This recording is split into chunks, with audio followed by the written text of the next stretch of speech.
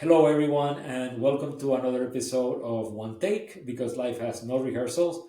Today, I am absolutely honored to introduce a old acquaintance, old friend. I mean, like somebody who, if you remember, those of us in advertising, some guys, I can't remember his name, Wanamaker, I thought, said, I know I waste 50% of my advertising budget. I don't know which 50%. Well, today we're talking to David Ernst. David is the guy who knows the 50% that is being wasted. David inherited, but basically he was the dad of something we call constellations at FCB. Constellations was the very first time where we had demographic, psychographic, attitudinal, everything joined into one and then addressable almost by individual. This was way back. And then when he went to Discovery, he created something called Discovery Engage, which was the very first time that demographic information, attitudinal was all joined with eyeballs, but it guaranteed results. And that's why he knows the 50% that is being wasted and the 50% that is not. So, David, welcome. It's a real honor. You're the only person who ever forced me to eat Korean food, by the way. Oh, really? yeah, Well, I remember that. I didn't know that I was forcing you. I yeah. thought it I was. never, really got into Korean food, but like you guys suggested it, and it was a very fun night. No, I remember. We had to kind of cook our own food too, a little bit. I think. Yes, I remember that. So, Yeah. David, you've had, we were talking about many different decisive moments, but tell us what made the David Ernst that we're looking at. Yeah. And first, I want to say I'm honored to be with you because you were really someone I looked up to in the industry and had a very successful career. So I'm honored to be talking to you. And when I look back and when I was considering this question, I've had a lot of moments that I think really shaped me, but I think one moment in particular was when I was um, going to college. I was interning at a local TV station. It was an ABC affiliate, WIXT, in Syracuse. And I was originally wanting to get into production, and that's why I went to Syracuse. And that's what I thought my career path was going to be. But there was the general sales manager of the station kind of took me under his wing. He'd take me out to lunch and he said, you really should consider the business side, the advertising side. He says, I go to New York like 3 or 4 times a month, and that's really where there's a lot of career opportunity for you. So I think that is one thing that really shaped me and kind of led me to first getting a job at Young and Rubicam. I got a lot of good references from that station to talk to people at ABC. It ultimately led to a job at Young and Rubicam. And I would say that shaped me too, because that was the biggest agency at the time. It was the most sophisticated.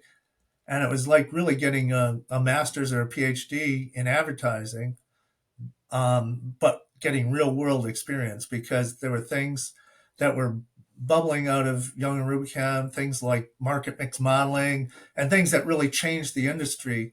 And I got to help create them and get very involved with them while I was at Y&R. So I think that shaped me as well. Yeah, no, so definitely people like you and people like me, we were there, present at creation, so to speak, right? We saw all of that. We saw many changes, you and I, and everybody, I guess, like us.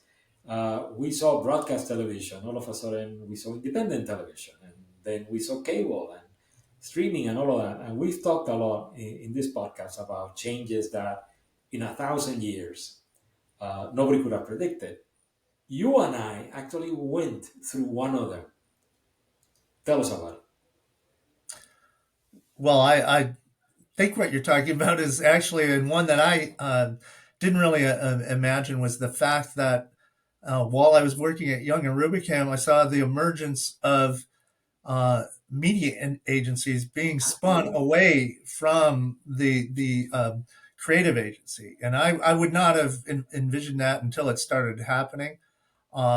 We were just talking about the Omnicom IPG merger that is Yeah. impending, and those media properties for both of those companies right now are some of the most valued elements of or entities in those corporations. And who would have thought that spinning out those media groups would end up being such big drivers at the holding company. So I think that that's something. In fact, I actually, prior to joining True North, I was actually on the task force that helped create Media Edge out of the Y&R media department. So Wow. it was the last thing I did at Y&R was help get create Media Edge. And I never actually worked at Media Edge. It started like the week after I left Young and Rubicam, and then I went over to TN Media.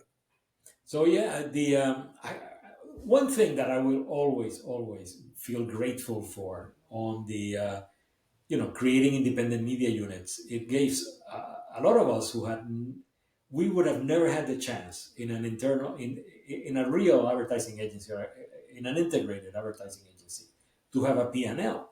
Yeah. But then all of a sudden, not everybody, not all of the regional guys, not all the worldwide guys, but I had never thought about having a P&L of like a 1.5 or 1.6 billion dollar company. I mean, like, when did we ever dream of doing something like that?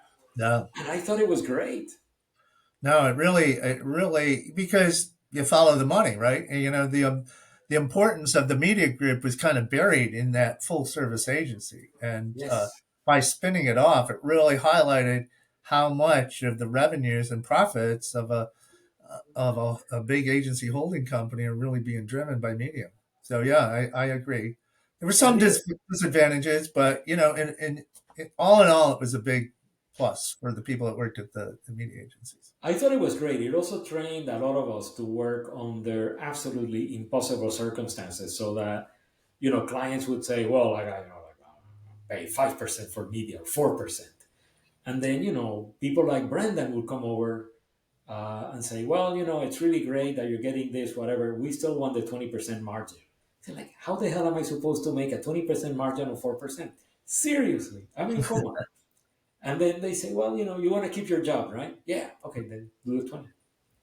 So it really taught a lot of us how to run companies. Right. And you had to differentiate, and I remember how difficult that was sometimes, especially if you weren't the biggest media agency. How do you differentiate? At first, people used to just sell on size, but then over time, I think you could sell on other things like, you mentioned constellations or other things that would really show a client that they're getting the best media product, and we can demonstrate to you why it's working. Before they spun off the media agencies, I think it was like, well, trust us, and we do billions of dollars, and that's the reason you should be with us. And so, I think it worked in that way too, and a lot of smart people were able to be attracted to media agencies because of that. I think so. And then, by the way, Constellations, which is still one of the crowning, I think, achievements of any advertising agency, because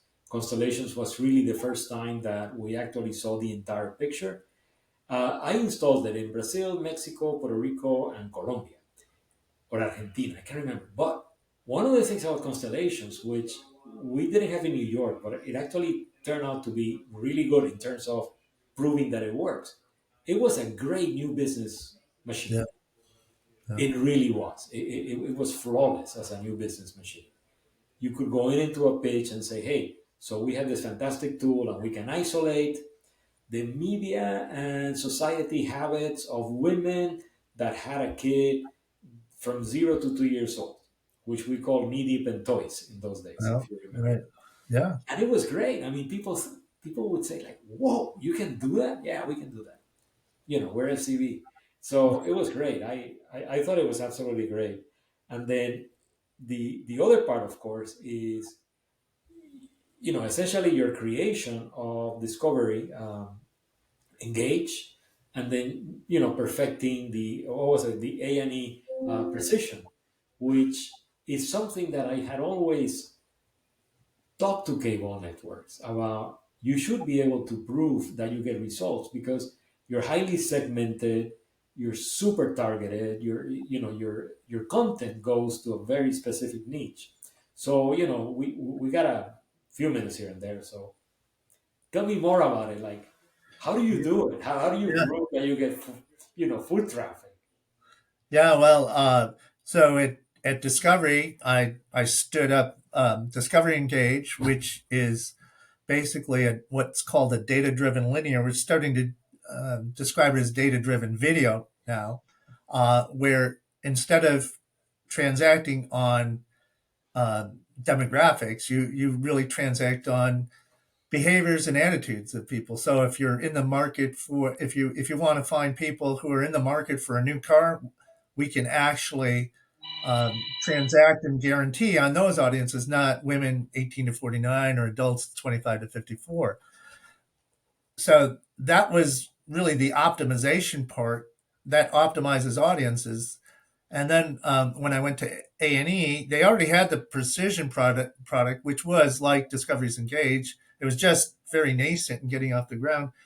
And I conceived of the notion of combining that with a way of showing how, again, that 50% that's working, that 50% of the advertising that's working, that we call performance. So we took precision and performance, put them together in a group that's non-traditional advertising. In other words, we still do a lot of guarantees on age, sex demos, but if an advertiser wants to transact on uh, advanced targets, we'll do it with precision, and then we'll not only demonstrate how we've driven some sort of outcome, whether it's searching on the internet or getting people to go to a store location, and that's called the performance part of it, and we guarantee on it. So in other words, we'll say we guarantee that we'll get a 2 or 6 or an 8% lift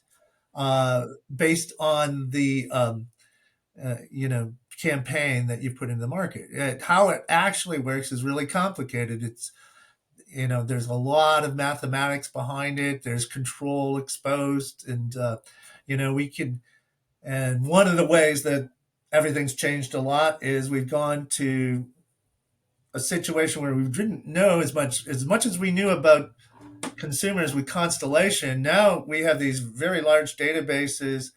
They're privacy compliant, so we don't know it's Dave Ernst or Marcelo Salute, but we do know it's some person who's been exposed to an A&E ad, and then within 2 to 4 weeks, they actually went into a Hyundai dealership, and that's the way that we do it. And there's But a lot of I math. find that Like, incredible. It still turns me on, man. I yeah, find the entire thing incredible. I wonder, like, why would the cable industry not do much more of that and advertise it even more? Because it would seem to be like the prescription that is needed to yeah, sort of save the cable industry because yeah. streaming is just basically eating its lunch. Well, it's challenging. It's tough to scale, and there's lots of cost in it. So that's the thing. So it's really hard to scale it to a majority of the transactions, but it's getting there. It is growing. It's the fastest part of the business growth, along with fast channels. Those are the two big Yeah, growing areas. fast for obvious reasons. Like people are sick and tired of paying for stuff. Yeah, that's where the audiences are going to. Yeah. Yeah, no, definitely. I think I must be like one of the few remaining households that has a cable bill with Xfinity of $280 a month. I've got one with Optimum, so yeah, I had Optimum when I lived in New York. Same thing. I love it because there's no contract. It was the right. first time that I had Yeah, seen something with no contract, which is great. yeah, But yeah, cable channels are just they really should get more of that, more of the performance orientation because it is the one thing against the fast channels, and it's just one of those discussions. So the final thing, and I'm planning to edit this into like a little video for everybody. But so a friend, well, you probably know him, Irving Plonskier. Oh, sure. I know her. I worked with them at YNR. Exactly. So Yeah. Irving is a member of the board of Your Gray Matters. He was one of our podcasts, and he coined something POA, people of age. And he says, yeah, yeah. Irving is very creative. I have drinks with No. him almost every week.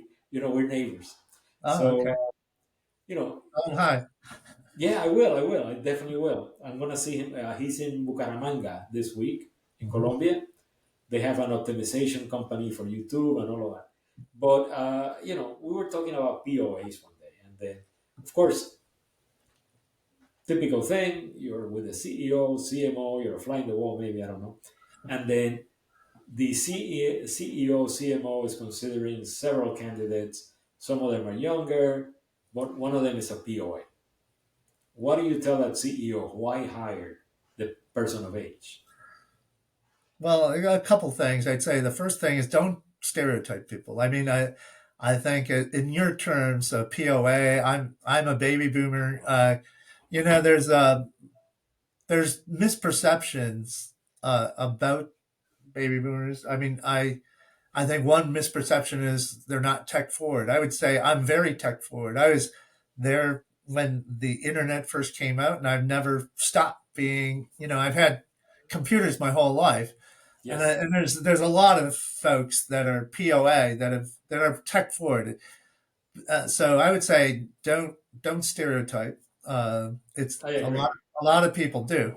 I would say Totally. also the experience can be a really important thing. As they say, history doesn't really repeat; it rhymes. And I think that we're probably going to see through this consolidation phase something where all of this viewing starts to consolidate. We end up back to almost like a cable experience, only on different platforms or something like that. And I'm talking about over the next 5 to 10 years. But the fact that people of a certain age have seen so many things and um, can bring that experience to the table. But I would also caution the POA people to also have an open mind. Just I agree. because something didn't work back in 1995 doesn't mean it won't work in 2025. So, I agree. as long as you can take Totally. that experience and meld it and modify it so it works in today's world, I think that's why that CEO should hire someone. Uh, but don't be closed minded if you're a And POA. you're a numbers guy, so you're probably the best person to run this against. But like, experience has its really good sides. You've seen the end of that movie, so you know how the movie ends. But at the same time, the movie doesn't necessarily end, as you point out, the same way. But one of the things, though, is the experience, I think, gives us enough data points to say, well, there's a 75%, 85% probability of this ending this way. And I Yeah, think that's very valuable yeah, because you start analyzing what could happen. And in all honesty, whenever I interviewed people, I never thought about experience that much. Like yeah, if somebody has said, "I have experience in banking," okay, so what does that mean? I have no clue.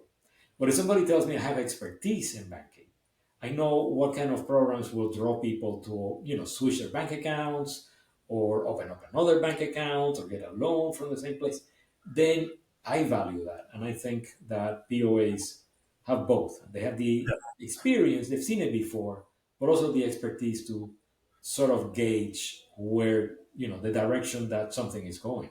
yeah, yeah. Well, the other thing is, and I can remember back in the '90s working with people like Lyle Schwartz at Young and Rubicam, who ended up, running Group M's media group.